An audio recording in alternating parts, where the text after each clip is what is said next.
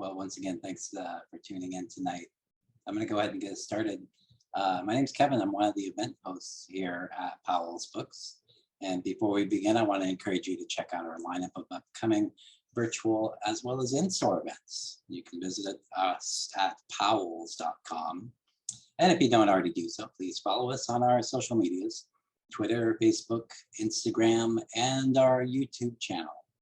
Tonight, we're so excited to host Adrian Shirk in conversation with Ariel Gore. Told in a series of essays that balance memoir with fieldwork, Heaven is a Place on Earth is an idiosyncratic study of American utopian experiments through the lens of one woman's quest to create a more communal life in a time of unending economic and social precarity. When Adrian Shirk's father-in-law has a stroke and loses his ability to speak and walk, she and her husband, both adjuncts in their mid-20s, become his primary caretakers.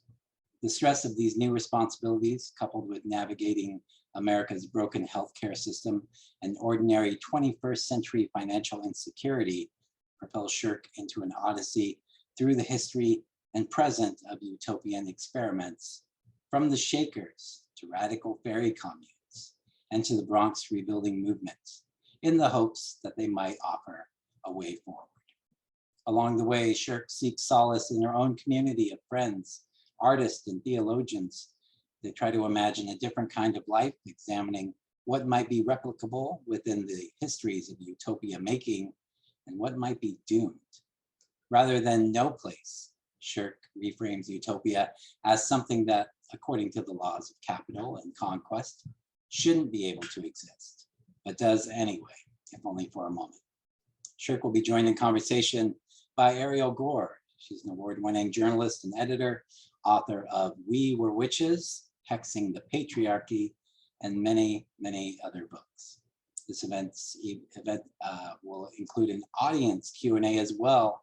Please use the Q&A button that's at the bottom of your screen if you'd like to ask a question at any time. And if someone has typed a question that you'd also like to know the answer to, you can even upvote that particular question. Perhaps most importantly, please support Adrian and Powell's by purchasing a copy of Heaven is a Place on Earth from us. A link to buy that book, as well as a link to buy Ariel's books, will be shared in the chat a couple of times this evening. Adrian, Ariel, we're so happy you could be with us tonight. Thanks for being here. Thank you, Kevin. And thank you, everyone in the virtual sphere with us tonight. This is very exciting to be here with you in my hometown bookstore, even if we are here in a kind of astral projection way. And I'm also really excited to be here with Ariel Gore tonight, who has been a huge inspiration and support and mentor to me as a writer, going back 17 years, we just calculated. Right on. I'm so psyched about your new book. And we were just talking to Kevin before we were live that, well, you and I were talking about when we first met. And then Kevin mentioned that, reminded me that he published us both in Spork when he guest edited that literary magazine. And so the three of us in our little mini literary utopia go back quite a while there. And we met because of our writing and because of memoir writing. And you have I'm kind of a senior now, so you have a better memory than I do. Well, let me briefly add. I was like, when did we meet? How do I know you?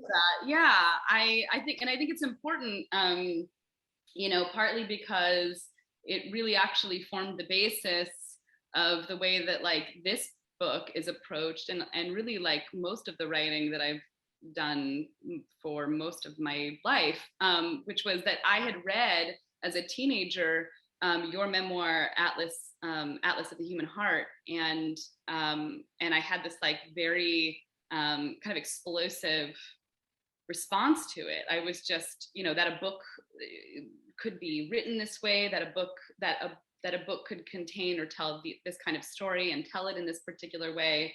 There were things in it just about the story that were like really moving to me. And then there were also just things about the way that you were demonstrating to me, this reader from across time and space, like how the many ways that a book can be made or that writing can happen, and specifically like first person writing. And so I reached out to you. I sent you an email.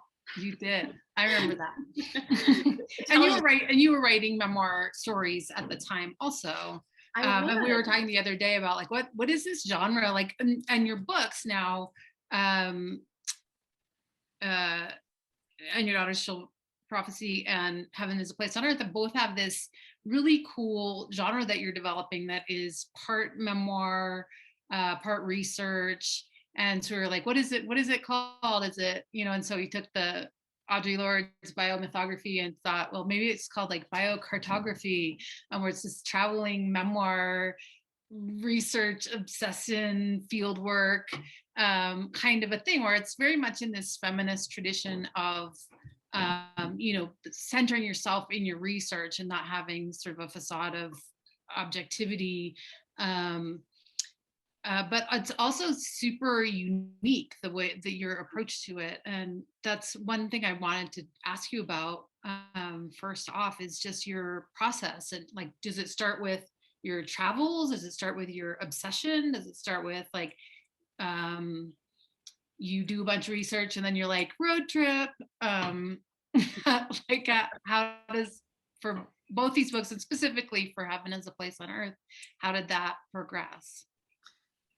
Yeah, so I think the short answer is that, and this sounds kind of trite, but it often starts literally with the writing, in that over the years, and really starting from the time I met you, I've been like developing this like practice of just sort of writing pretty constantly, and so in a way that that doesn't necessarily have an intention or an end goal in mind, but so that most of the time I'm kind of recognizing it as just like it's a practice, and for every 100 pages or every 100 hours or whatever, there may be something that emerges or starts to take shape from that, but that what is important is sort of maintaining, almost like as a contemplative practice, this sort of baseline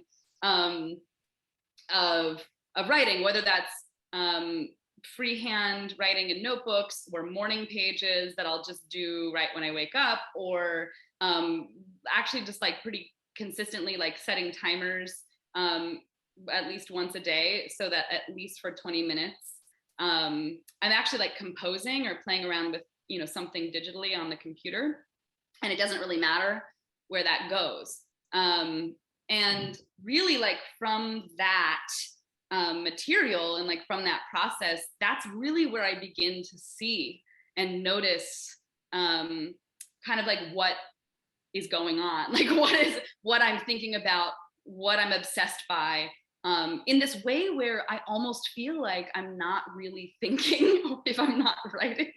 Like it's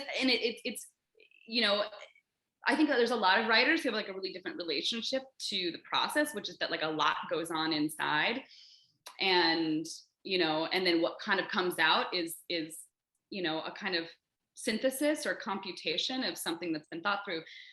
I think the continuousness of like the writing practice is because that just really doesn't happen in my head or in like an abstract way. And so the writing really is like the thinking and the living and the feeling and the describing, and it is from that place that the subject emerges. The subject emerges always, though, because it is literally something, because it is real, because I am living a question, because my life, which is often kind of what I'm drawing from or responding to or situating in a larger story, right?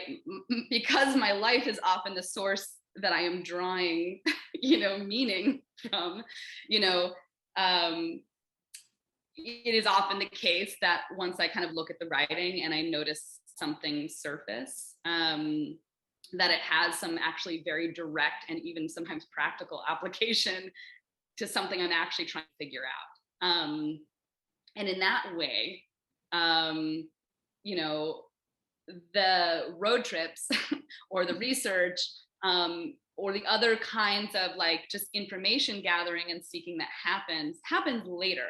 It happens once I've had time, I think, to actually understand like what the emergency is or what the questions are. And then that, the later part, you know, of a project or a book is really where the action, you know, kind of becomes, the actions become important, because then I kind of have a sense of like what to ask of the people. Right. And I mean, obviously the book is not like your morning pages. It's a hugely cohesive experience. So I was like, she wrote that as her morning pages? No. Okay, good. Definitely no, that's a good answer. No, it's more like, it's not that the raw writing becomes, right? It goes through a process, right? Like a really intensive, you know, sort of like gleaning and revision and you know, artifice making process in that, like shaping something. But no, it's not like a direct, you know, lifting. No, I get it now. For a sec, I was just like, wow, that just like comes fully formed when she wakes up in the morning. No, it's the raw material. It's like I'm being a sculptor or something, and like I really can't do anything unless I have developed some, you know, like clay to like work with. No, I get that. I mean, the tensions in the book are, you know, you're doing this research about the history of utopian experiments in the US, and creating your own utopian experiment. And so the tension in the book they're manifold, but you know, it's like, are you going to be able to find a better way to live? And historically, what has happened when other people have asked that question? You know, a huge tension in the book that had me like really staying up too late reading it is like, is her marriage going to survive? And it becomes this cool thing where it's like, you know, where it's the same for like exploring utopia and exploring love and exploring writing even. You begin to see this cool arc where it's like, it's all of these things are going to end in disappointment. We know that going in. And so the focus becomes, well, the experiment is the destination in all of those things. And that's what's just a cool thing about the book, where you start to feel like as a reader, like, oh, there, you know, if I'm looking for happily ever after, I'm probably going to be in a world of hurt. But there is this incredible joy in the experimentation.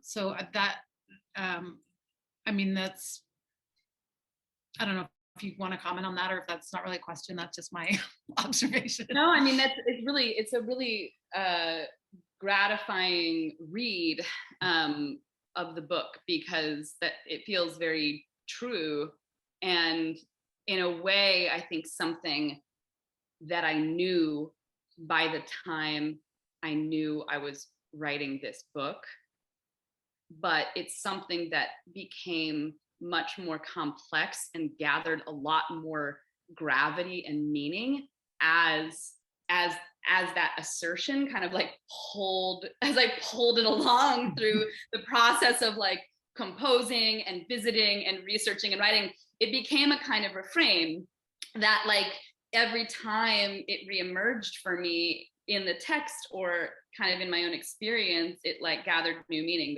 The assertion of sort of like, you know, the utopia is not the point, like the experiment is the site of hope, like the experiment is the site of life. You know, it will fail. You know, it will not be what you think it will be, and it will matter because it happened, and it, and what, or the things that will need to matter, or the things that are life-giving that come from the experiment will continue. And like, but I think really, like, it really was sort of, every time it would reemerge for me as a thought, it would like surprise me, like it was a fresh idea, like I was re-meeting it again. And I had this experience when I was the very last day, I think, that I was finishing the first full draft of the book before I handed it to my editor. I wrote that I was trying to figure out how to finish the second to last essay of the book, and this line, and it currently ends this way. The line that emerged was, "I am not here to tell a happy story." And I was like, whoa. And that's, I'm like, that's how this ends before we kind of move into the finale. And yet it's insanely happy. Like that's the cool thing about it, is that somehow with those kind of three threads of writing, because you do see a lot of the process in your writing, which I really like.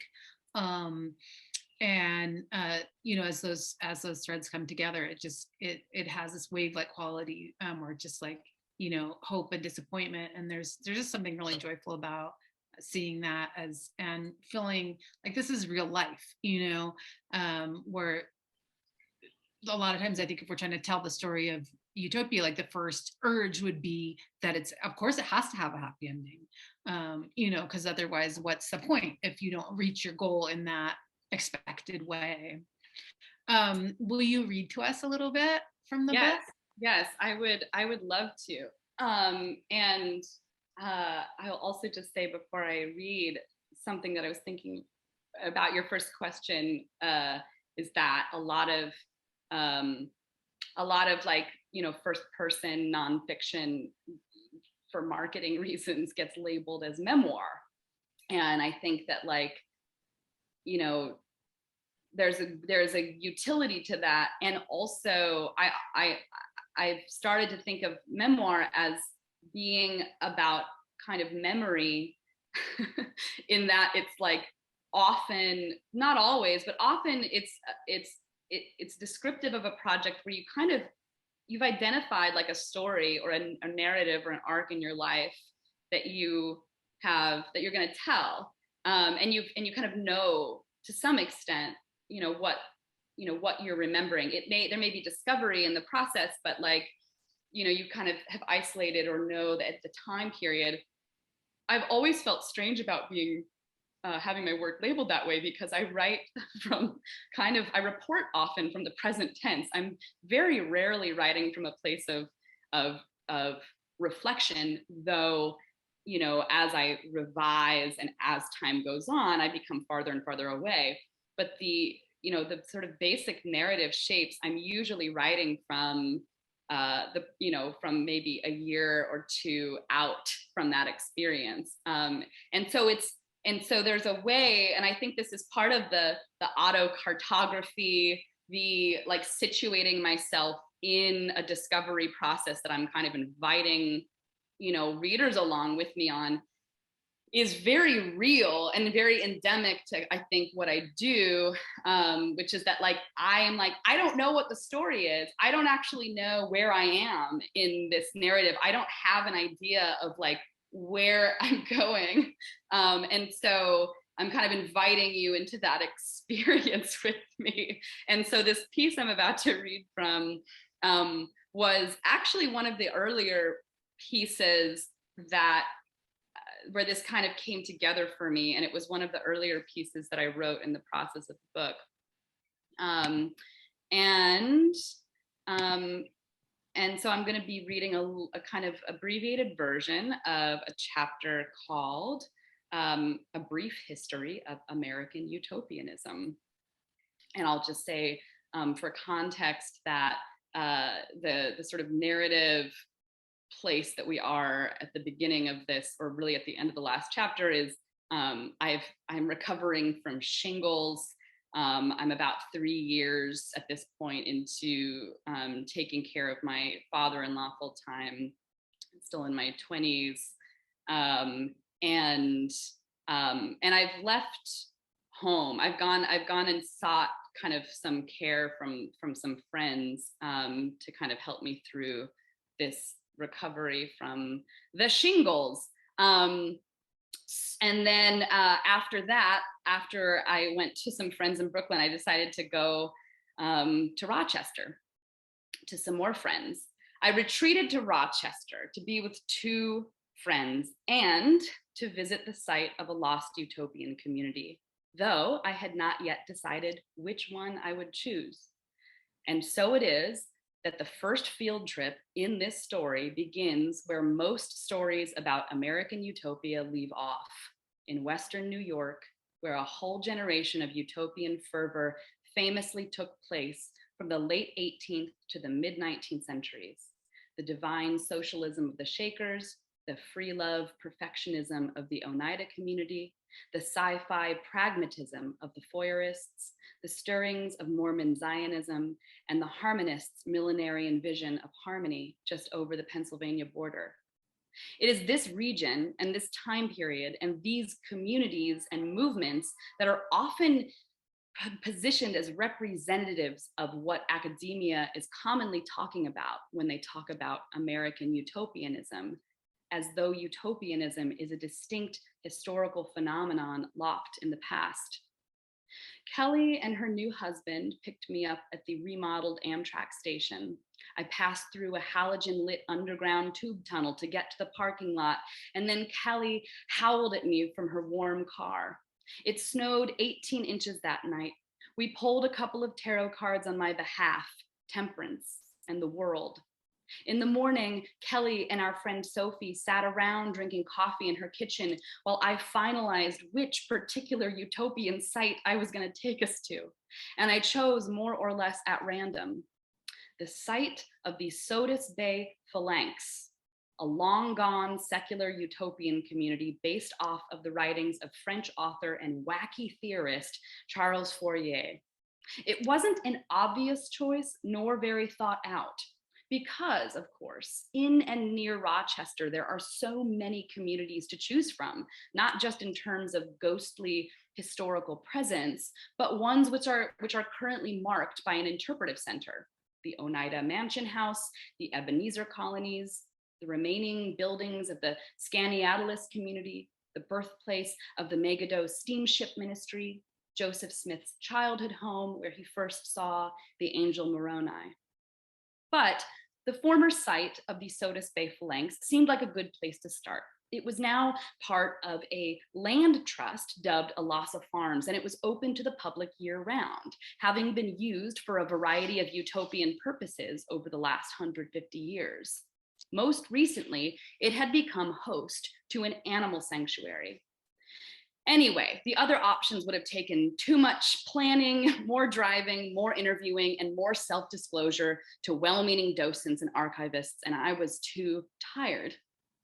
Perhaps the spiritual and physical fatigue was why, partly at least, I had been so drawn to the histories of American utopian communities in the interim, the peace that they seemed to believe in, their communisms that surpasseth program and blood ties, but which were rarely, if ever, able to sustain for more than a few years or months. It's hard to feel comforted by the idea of these movements for very long, though, especially in America, itself a sort of utopian project, misguided and gone wrong from the outset like all the rest. How can I take seriously the idea of utopia in an American context where the spirit of world building and the clarion call of more perfect immediately made known its imperial aims by expelling and exploiting a whole universe of peoples who were already there or who were forced from somewhere else to bring that vision into being? It's difficult to prevent immediate foreclosure on the subject of utopia in America, the name itself already bedecked in shimmery colonial piping, perhaps offensive to be using at all, with all its attendant optimism and escapism and often whiteness. at least as far as the history keeping goes. But I kept coming back to the histories of these particular communities, the ones in Western New York that historians agree are utopian as subjects and as sites of inspiration. There was something important there, and also their projects pointed to others in multiple directions. But my research was increasingly fueled by other more personal yearnings. There was my nostalgic sense, for sure, my sincerely primal and mystical feeling that there is some better hereafter or long before, always just out of reach. And then there was my search for home at a moment in my adulthood by which I thought I would have resolved this feeling of statelessness and fracture, silence and erasure. No resting place, no place that is constant and marked by my presence. But disappointment and fracture are perhaps necessary to utopian thinking. It seems that utopia, or a utopian idea, needs to be ephemeral, needs to be allowed to fail in order to be an agent of any good. It needs to be a mere stake in the ground, a marker or a memory that says something good tried to happen here once, more than it needs to be a permanent solution. A thin reading of the word utopia as no place implies a place too perfect to actually exist, which is to say, a place that definitely does not. It seems more to me like a utopia is something that, according to the laws of capital and conquest, was never supposed to be able to exist, but somehow did for a blip in time, and if any longer than a blip, the utopia became a dystopia. Sophie and Kelly and I drive out to Sodus Bay, and we arrive at a plot of land, a farm perched above the south shore of Lake Ontario, Alassa Farms. Alassa Farms is a public land trust and the current home of Cracker Box Palace, a nonprofit organization that leases the 627 acres to run a sanctuary for abused and neglected farm animals. We squeaked tire tracks up to the gatehouse through the bone-dry snow and Kelly's bright red vibe. And then we pulled up in front of a barn and got out of the car facing the gentle white slopes that terminated just beyond the trees. White blanketed as far as the eye could see, except where it had been trotted through by the farm's community of ungulates. A truck was parked near us, belonging to one of the regular volunteers who feeds and cares for the horses in the barn. As my friends wandered toward one of the horse paddocks, I had to reorient myself. What was it about this piece of land that had intrigued me? Here is the story of this place as best I understand it. There's evidence of permanent dwellings on this parcel going back to the end of the Ice Age. The Seneca Indians were here then and now. Before settler colonialism and broken treaties, they would rest in a stand of sycamores alongside the lake during their summer fishing trips and then migrate back to their more temperate homes due south. Then the European colonists came in the mid-18th century and for the first time in human history privatized this piece of property for agriculture. But those crops failed. And in the early 19th century, the Shakers moved onto this land, followers of Mother Anne, who was believed to be the incarnation of Christ's second coming. The Shakers raised a barn and lived communally and made beautiful wood furniture and performed ecstatic prayer under a doctrine of total celibacy. Later, when the Erie Canal was being developed, New York State usurped the property by eminent domain, but the canal lost traction before they could build, and so they let it go fallow. The land remained. Then, in the 1840s, the Fourierists moved in, that French utopian socialist movement grounded in the creation of thousands of self-sufficient egalitarian cooperatives called phalanxes worldwide. The ideal phalanx would look something like a modern-day college campus, housing no more than 1,600 residents each and containing its own cottage industries, schools, and daycare to ensure total equality of the sexes. It was through their history, the Fourierists, that I had tracked down this site. The Sodus Bay phalanx fell apart within a year and a half. Everyone tired and hungry and out of money and fighting about vegetarianism. After the Fourierists, the property was a stop on the Underground Railroad in the guise of a wealthy lawyer's private residence. And later, after the great crash of '29, the land was bought by the grandson of Henry Strong, president of Eastman Kodak, who had made his fortune, get this, as a buggy whip manufacturer. The grandson, Alva, used the inheritance from his grandfather to turn the property into a model farm where he employed the out of work and displayed the wonders of 20th century agricultural innovations to the devastated Depression era US. I don't know how long he stayed or what happened after that. Now the property belongs to New York State and is leased, as I mentioned, to Cracker Box Palace. We padded through the snow to a group of woolly sheep of all colors and sizes huddled near a broken shed. In the middle of the sheep squad was a single perm white llama who stood a full foot and a half taller than the sheep, staring directly at us accusingly, a bright green halter strapped around its snout. The sheep backed away sweetly, dumbly, hiding behind the fence or standing sideways so they could see us from one eye. They were the happiest sheep in the world. I recalled listening to photographer Isa Leshko talked about her series, Elderly Animals, while we were both in residency at the Malay colony a while back, and how farm animals very rarely get to live out their natural lives or even close to it, which is central to the magic of her photographs. And so there is something miraculous about this moment as we, these old animals and I, look at each other over the fence. Utopian even, a world where all the animals will be in their 30s, fat off the land. And standing on Alasa Farms, I can feel the buoyant utopian joy that the place is marinated in.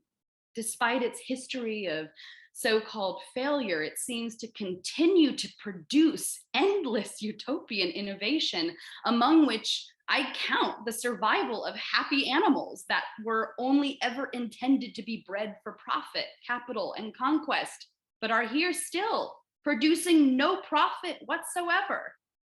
My friends and I leap around in the snow, laughing, moving from pasture to pasture. And I forget everything for a while, the shingles, the lost time, the old wounds, my father-in-law, Sweeney's heels dug in, the feeling of never arriving, but only ever being on my way home, though a long way off. This physical layering of utopian life on a particular plot of land is not so unusual in the United States. There was a lot of layering in the story of utopianism, and the general thrust of that unfolding sounds a little like this. It's 1681 or 1763 or 1830. So-and-so Janssen or Van Wart of somewhere or other, Sweden or Germany or England, decided that the Lutherans or the Anglicans were sent by the devil. There should be no mediation between man and God, no tyrant king bequeathing spiritual access. So he promptly breaks away to create the community of true inspiration, or God's real people, or we are the realist ones, etc. He and his small band of followers, who by then have adopted some kind of dress and mode of worship to distinguish themselves, promptly have a mass burning of Lutheran or Anglican hymnals and literature. They hang out in Northern Europe, they live in a shared shack or a final vestige of the commons.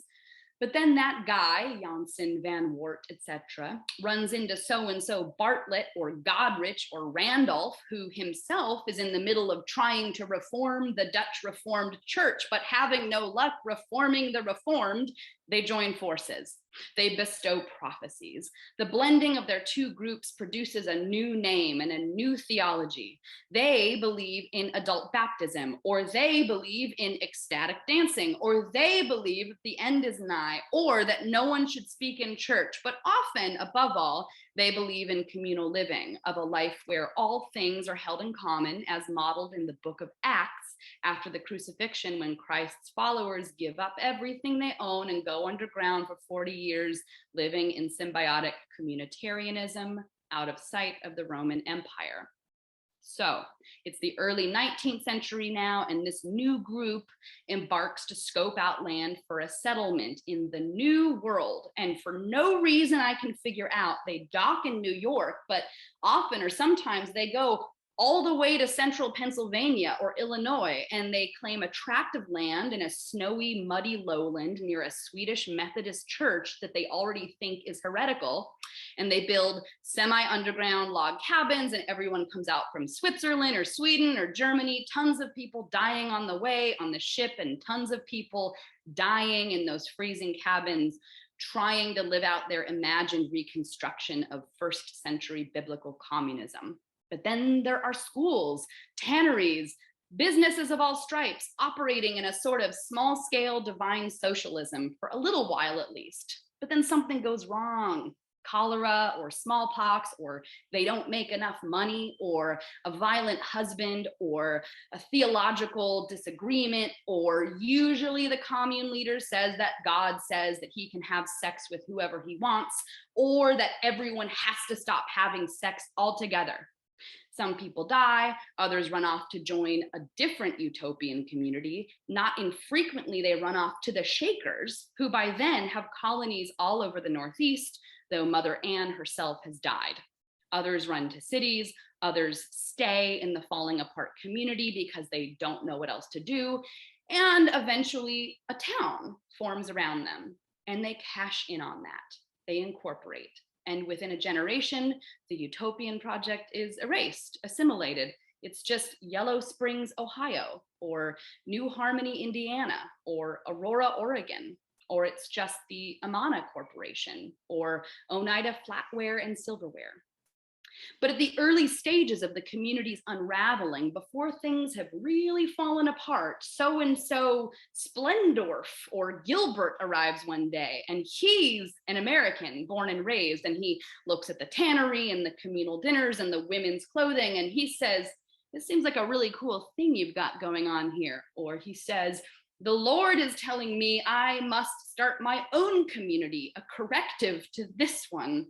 While just off stage or behind him, someone is puking from a horrible flu, or others are coming to blows about the doctrine of total depravity, or the tannery is burning down. But this guy, he goes on to tour utopian communities for a decade, eventually starting his own in the woods. He goes there defeated, starts anew, and he has a slightly different take on prayer or agricultural practices, or the belief about the Holy Spirit or sex, or which rules the leader of the group is exempt from. And then another guy visits this new commune and he says, "Cool, cool, this is a really cool thing you've got going on here." But by then, it's the late 19th century, early 20th, and before that new guy can get his utopian community up and running, his socialist, transcendentalist, communitarian settlement of whatever type, the US is flush, wealthy, and everyone's like, "Who needs communitarianism? We've got houses and bread now." Utopia making emerges in force, especially during times of economic and social precarity, after wars, depressions, natural disasters, sexual revolutions. And when a utopia issues from a Christian framework or tradition, whether during the Second Great Awakening or today in liberationist or fundamentalist communities alike, it almost unilaterally grounds the understanding of that divinely pure or sanctified life as something that takes place only by a life lived in community. Almost always, Christian or not, the American utopia vanquishes the nuclear family, the blood tie, the marriage, often sex, so that we are only, all of us, strangers and pilgrims together on the same path. But it is also often the case that when we are talking about American utopian communities, when we look at a shelf in the library dedicated to the topic, we're framing it as a historically specific phenomenon, something that happened in the 19th century, largely in Western New York and its other outlying colonies, that took the form of several particular movements, many of which have passed through this particular piece of land at one point or another. And it is also often the case that under that rubric, we are talking almost exclusively about white Protestants, or people who have at least gone rogue from a European Protestant theology. And it seems to me that the life those communities created, which we call American utopias, was more or less a paltry mimesis, consciously or not, of the kind of life that North American indigenous people had been living on that land for centuries and were, at that time in the mid-1800s, defending with their blood and bodies. So for this reason, perhaps these European descendant American utopian communities are tragic inherently, not only because they are always, every single time, doomed to failure, and often quick failure, sometimes disastrous failure. They are tragic, they are dark, because they rarely consider at whose expense they exist, or what kinds of privileges they've been afforded to position themselves as makers of a perfect place. At Cracker Box Palace, there were horses everywhere. There was a farm cat. There were donkeys, ponies, cattle, goats, a bunny emporium. We keep walking around the farm. A cat leads the way. We pass by the bachelor farmhand housing, the bunkhouse left from the 1930s model farm. We pass by the old Shaker barn, which has been turned into a museum. We pass by the little welcome office for Cracker Box Palace, next to which is a sign that describes it as a refuge and rehabilitation center for neglected or abused farm animals. The sign boldly proclaims that the farm fields will remain undeveloped forever, protected by a conservation easement held by the Genesee Land Trust. That one gives me pause. Forever? What a claim, considering the folks who started here, the Seneca, of course, and then the Shakers even, the Fourierists, the farm of tomorrow. I am very interested in human grappling with notions of forever, human hopes of forever. The folly of it gives me a sort of pleasure and a sort of peace. And I suppose that is why I'm interested in layered histories on particular pieces of land and the way they defy notions of forever.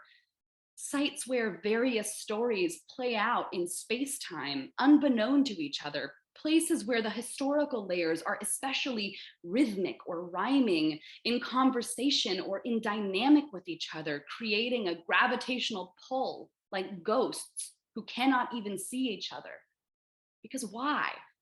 Because I think the patterns of use in a particular place can tell us something about the place if we listen closely, and can tell us something about what was being carried out there and even what's to come. Maybe there's a sort of long game reciprocity in the end. I think, for instance, of all that buggy whip money being eventually converted into an endowment for these horses' retirements, or some other kind of circle of meaning, the justice arc of which is long. But the story is not always cheerful. The stories can twist, can turn back on themselves, or reveal endings that are less morally triumphant than they first appeared. Because here's another. When the Shakers left Sodus Bay, they moved up the road to Groveland, and they reestablished their community for another decade. And then later, they sold that property to the state under the conditions that the property would be used for good purposes. First, it became a treatment center for epileptics, and then later, the land was sold to the prison system. And so today, the old Shaker farm is now the Groveland Correctional Facility medium security.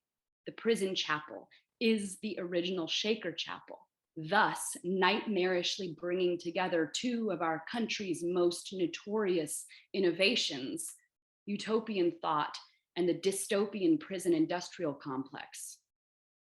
What does it say about our country that the Shaker movement could be enfolded into the project of mass incarceration at the very moment when our prison system has become not only the largest in the world in terms of population, but the largest in the world per capita? To me, it suggests that the utopian is never far from its opposite, that our greatest strengths are also our greatest weaknesses, that power will always accumulate in the same ways and marshal the same violence, and that growth in this culture works in only one direction. Ephemerality is a virtue.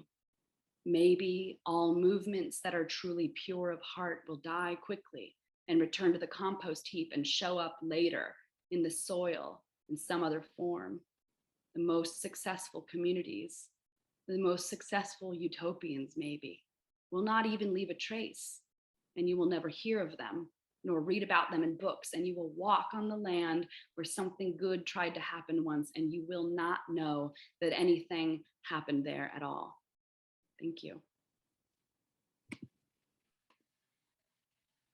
See, don't you want to buy this book and feel like you're on this road trip with Adrian for like 300 pages? It's really, it's not, I mean, I was gonna say it's super fun, but it's just like, it's deep and fun and life affirming. And I love that line, something good tried to happen here once. And I do wonder like how many of, like exactly how many communities crashed fighting about vegetarianism. So many. Like that might be like sex and vegetarianism are like, you know. But we want, if any folks have questions, I guess the direction is to put them in the Q&A box there, and then we'll see them.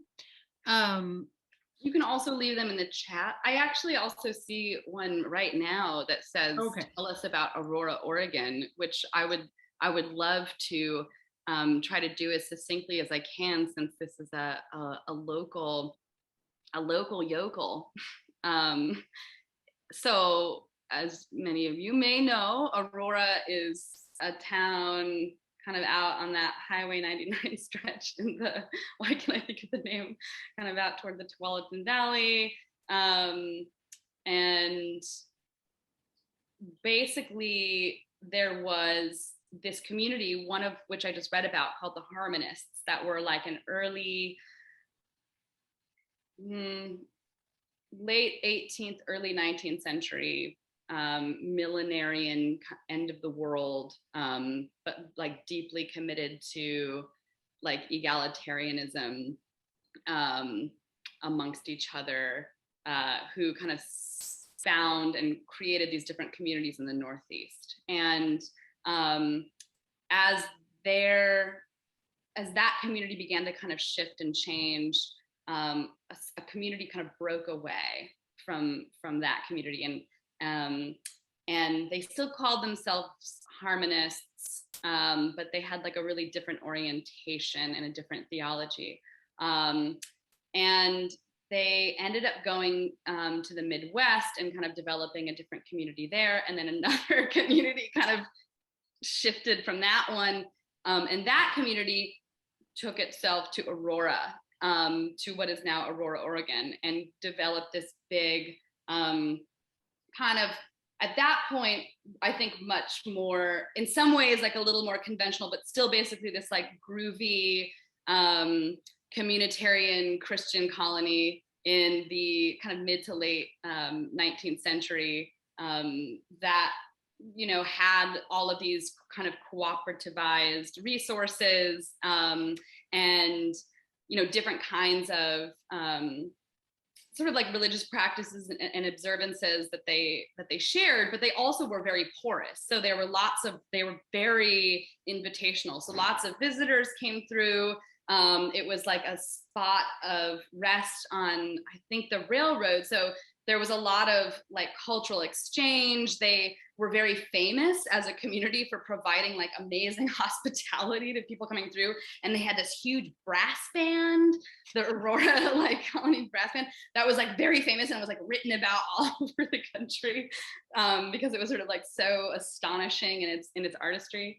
And kind of turn of the 20th century, they dissolved the commune, or which is to say like anything that was sort of shared purse or cooperativized, and like delocated the sort of the church and the sort of spiritual continuity, and they incorporated as a town.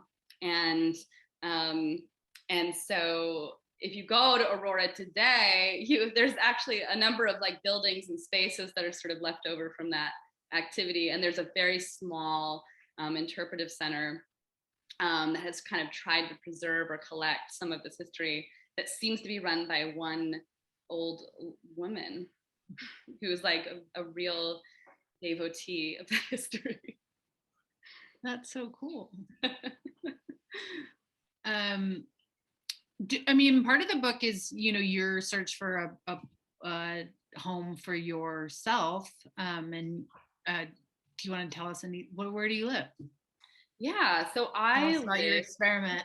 Sure, I'd love to. I live in the Catskill Mountains, about 3 hours north of New York City, which is also sort of a northern part of the Appalachian mountain range.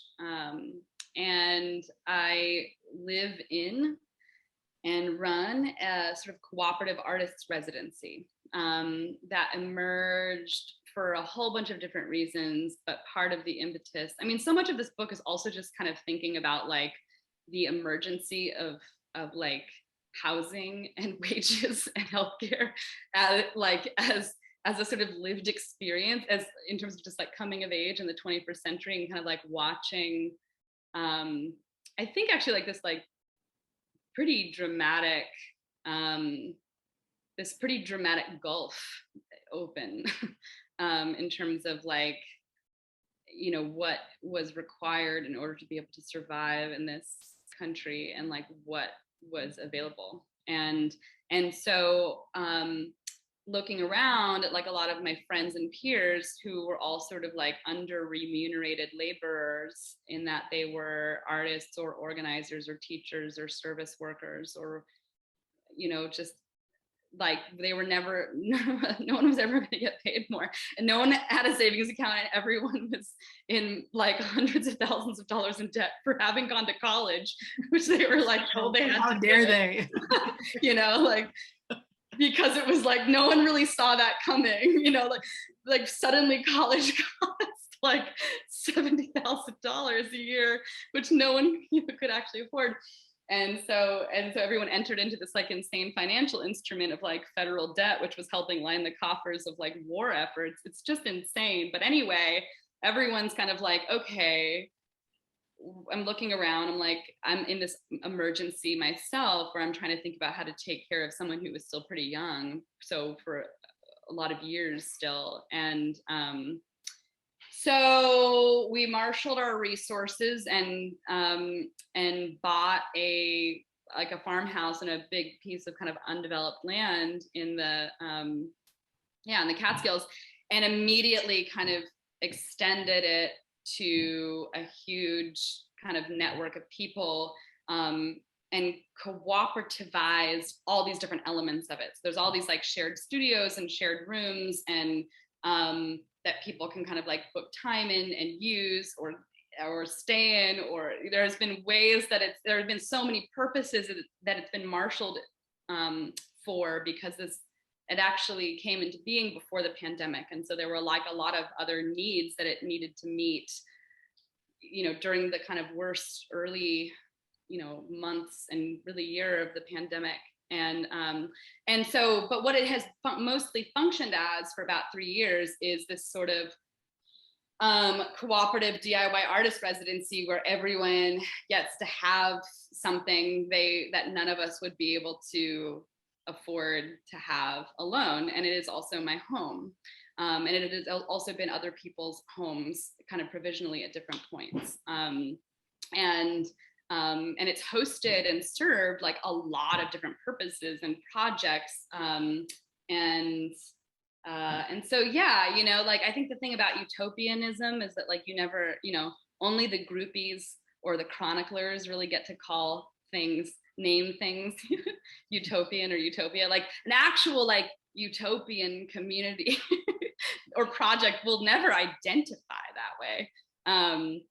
You know, like that's for the storytellers to decide. But it did emerge deeply out of the research, and in a lot of ways, actually, just the process of the research, which was both about historical, you know, communities, but also put me in contact with a lot of living, you know, kind of cooperative enterprises, gave me a lot of like tools and knowledge or ideas even about how to do something like this, you know. And so the book really wrote me into that.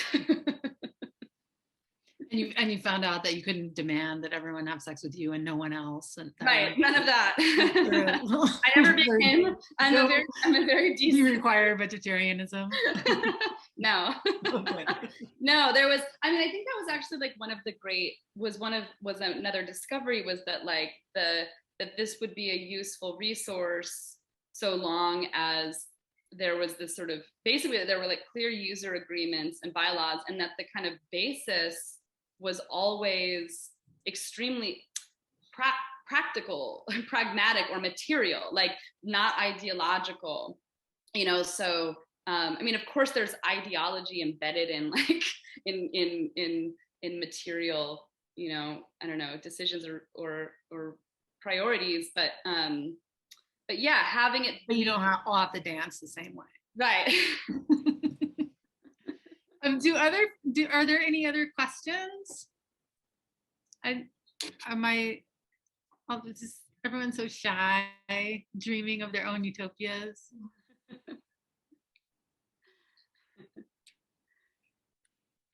Well then what? Well then what? Great question. Maybe everyone could, maybe as like a fun communal closing ritual or activity, yeah, if folks in the virtual audience are interested in this, perhaps we could take this broad invitation, I think, that I try to make in this book, which is well, what if we thought of utopia or utopian activity as a descriptive category that could include all kinds of things that have never been included in this lineage, right? It doesn't have to be, right, wacky 19th century celibate communes in Western New York, but right, what if we look around? What if this book invites us to kind of look around and be like, okay, where do I see evidence of like utopian activity or experiment in my midst, in my field of vision, or you know, or in my heart, you know, what, and maybe we could just drop in the chat, you know, what comes up in response to that invitation. Where do you see utopia or utopian experiment? Where do you Someone wants to know, did your research on utopian communities help you avoid significant pitfalls in forming your own community? I don't know.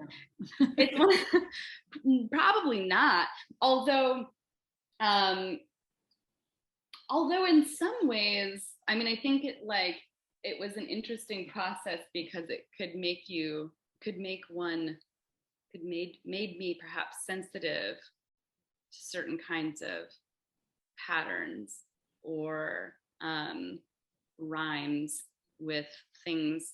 You know, it made visible, I think, certain kinds of like dysfunctional patterns. And I think, for instance, actually what I was saying a minute ago, which was that like the importance of starting a kind of cooperative project that where people aren't like signing on to a fixed set of beliefs, but have kind of a common need, and like a common enemy, which is like capitalism, or Right. you know, Yeah, I mean, I was going to say, like, producing no profit whatsoever, like the inspiration of the animals at the animal place. What do you call it? yeah, the animal sanctuary. Like, that's my goal, you know, is just to produce no profit whatsoever. Someone dropped into the comments, do you see any utopias in the future? Well, that's actually sort of my invitation to the audience, which is like, I'm curious, you know, what comes up when we think about that question together. You know, if we can free up this category so that it doesn't just mean this sort of something weird that happened in the past, but if we're like, okay, you know what, yeah, do we see any utopias in the future? Do we see any utopias in our present? And if so, I want to know, people in the chat, what are they? Where are you seeing them? What are you seeing? It could be small. It could be something more visible. We have no capitalism. No capitalism. Do you see any utopias in the future? No capitalism. Cooperative gardens that give away food. Yeah, Cindy Brodner in the house. Yeah. Cindy Brodner, thank you for coming. Wonderful. A mother of one of my dearest, oldest friends, and amazing artist. Cooperative gardens that give away food. Great. That's a utopia in our midst. What else, people? What else do you see? It's going to come to them afterwards. Oh, here we have something. Breakfast with my daughter Thursday near noon in my kitchen, and the beet hash turned out good. And then we both pulled our own tarot cards on a grand scheme that I needed to sleep on it, and then felt fearful in the morning. This is from China Martin's.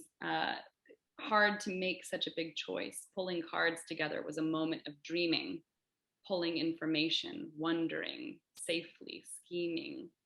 Yeah, it's a provisional utopia if I've ever heard of one, China. We also have intentional communities. Intentional communities, they're all around. There's so many different forms. I'm so curious, Jennifer, if there are any in particular that you have in mind or that you've encountered recently. Brooke says, came across a place in Amsterdam, Noord, that was quite spectacular. On the water, set amongst a collection of boats, turned into artist spaces on a former contaminated site. Gardens, restaurant, beautiful community. Yeah, I love extra points for a utopian experiment or community built on a formerly contaminated site. It's amazing. Thank you, Brooke. What else? Other things people want to offer into this space? Because sometimes articulating it ushers it into existence, or at least makes it visible or more visible to us whenever we do come across it, or whenever it does arrive. Or like China's mention, where it really is just like a moment, you know, a moment. Can be that. Someone asks, it seems that a utopian community is not sustainable due to being built by imperfect human beings who, despite their best intentions, struggle with ego, power, control within a group. Right? Yeah. Right. And I mean, I think that's like such a good, I think that's like such a necessary and like kind of like permanent fact to know and to name, you know, because I think what became important for me in kind of sifting through a lot of this history, both, you know, what has happened and also kind of like what is happening, that is drawing on what has happened, is that it became so clear that like, oh, failure and like disaster and the foibles of things made by imperfect people like will always happen, like will always be there. There is no sort of like, there is no protection from that. Like nothing. That's just like a fact. But, and so I was like, so why think about any of this? Right? Like why, you know, why does this history kind of persist as you know, feeling meaningful to me, but like, why do I want to extend it to other people? Why do I want people to think about it with me? Is because I think the sort of repetition and the persistence of the experiment, and this is sort of something we were talking about earlier, is actually what becomes meaningful, is the sort of the continuous attempts and the failure, because the attempts are kind of a refusal in and of themselves to accept the crappy terms that have been offered by, you know, one's terrible empire and one's toxic society. And so, you know, and so as other like human made, even if the, you know, the refusals will also be human made and they will be subject to all the same shit. But something about this, like, yeah, the continuousness of the experiment, of the revision, of the refusal as an activity, you know, that's what feels meaningful, even in the face of inherent human trash. Somebody wrote, remember Antelope, Oregon.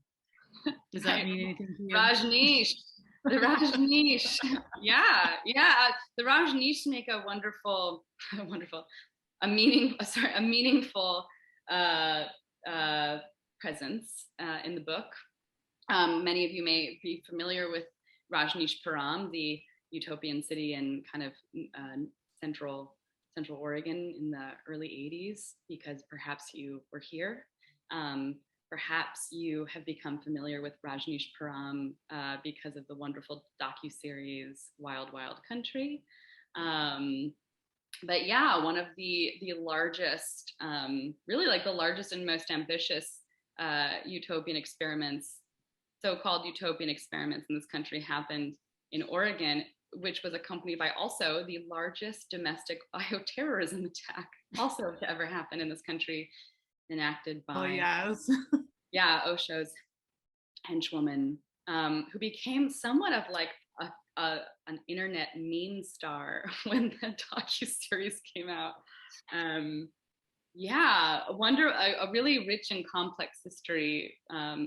For those who are interested, I would definitely, you know, invite you to dive into the part in the book that thinks through what happened, but also definitely to dig into the very thorough docuseries Wild Wild Country.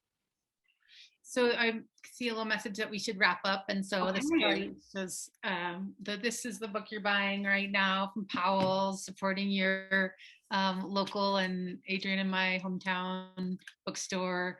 Thank you, Adrian. This has been really fun, and I'm really excited that that your book is going to be out there and everyone's going to get to enjoy the road trip with you. I hope they do. Come along and and feel free to reach out and respond. You know, the book is an invitation to converse, to hang. Thank you, Ariel, for interlocuting and thinking with me about the book tonight, and thank you, Kevin, for hosting, and thank you, Kevin, for including me and Ariel in that volume of Spork nearly 17 years ago. I know, isn't it fun reunion? That was the connection. I forgot how we all, that was it. Yeah, that was it was a fun literary history between all of us. Well, thank you both for being here. This is Adrian's book right here. Beautiful book. It's one of Ariel's books, one of many. When's your next book come out, Ariel? What's that? You're on mute. Well, now there I go. It comes out in October, The Wayward Writer. Oh, okay, that's right. October this year. Great. In the chat, I'm also posting a link to our YouTube channel.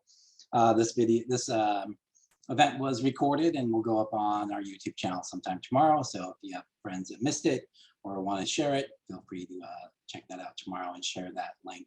And you can also check out all of our Zoom events that we've done the past couple of years, and there's a lot of really great stuff on that page. So once again, Adrian, Ariel, so great to see you, and everyone at home, thanks for tuning in. And until next time, from Powell's City of Books here in Portland, Oregon, have a great night. Thank you. Thank you.